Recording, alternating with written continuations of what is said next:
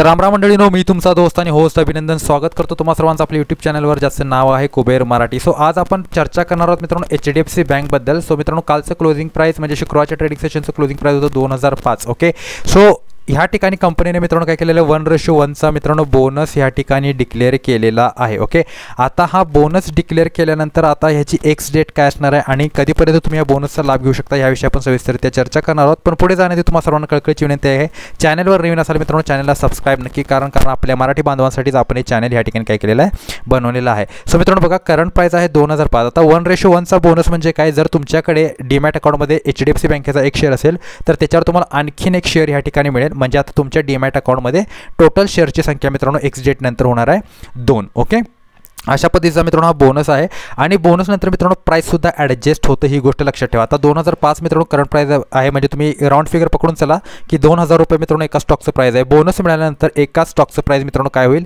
1000 इतकं ह्या ठिकाणी ट्रेड व्हायला सुरुवात होईल. म्हणजे तुमच्या डीमॅट अकाउंटमध्ये जो एक शेअर आहे त्याची जी काही व्हॅल्यू आहे ती बोनस मिळाल्यानंतर सुद्धा काय राहील मित्रांनो, सेमच ह्या ठिकाणी राहणार आहे. 2000च त्याची व्हॅल्यू राहणार आहे.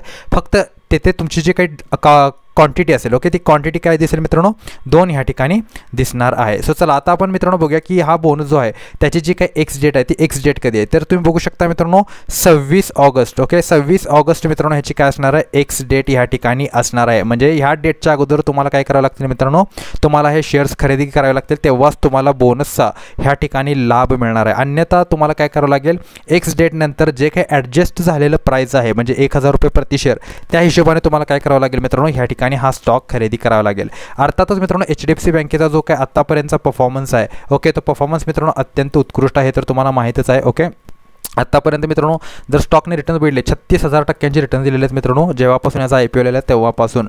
5 वर्षामध्ये मित्रांनो 94% रिटर्न्स, एका वर्षामध्ये 24.92% रिटर्न, 6 महिन्यामध्ये मित्रांनो 23% रिटर्न, एका महिन्यामध्ये मित्रांनो 0.50% ह्या ठिकाणी हा स्टॉक मायनस आहे. अर्थातच मार्केटच सध्या मित्रांनो सगळे काय साईडवेज आहे आणि 5 दिवसामध्ये ह्या आठवड्यामध्ये मित्र साधारणतः 1.5% मोमेंटम ह्या स्टॉकमध्ये आपल्याला दिसलेलं आहे. व्हॅल्युएशनचा जर मित्रांनो तुम्ही हिशोब लावला ह्या ठिकाणी, आपण एक काम करूया, HDFC बँकेचं जे काही करंट व्हॅल्युएशन आहे त्याच्याविषयी आपण चर्चा करूया. असं मित्रांनो बघा, HDFC बँकेचं जर व्हॅल्युएशन बघितलं, व्हॅल्युएशन ह्या ठिकाणी मित्रांनो थोडंसं मला फेअर वाटतंय, कारण बघा PE फक्त 21चा आहे. ओके, त्यामुळे व्हॅल्युएशन्स मित्रांनो अर्थातच काय खूप चांगले आहेत आणि खूप फेअर ह्या ठिकाणी व्हॅल्युएशन्स आहेत.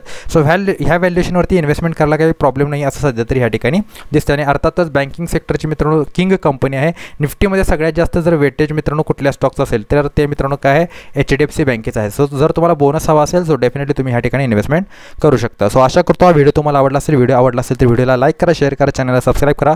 भेटतो पुढील व्हिडिओमध्ये. तोपर्यंत good bye, take care and good time. Thank you very much to all of you.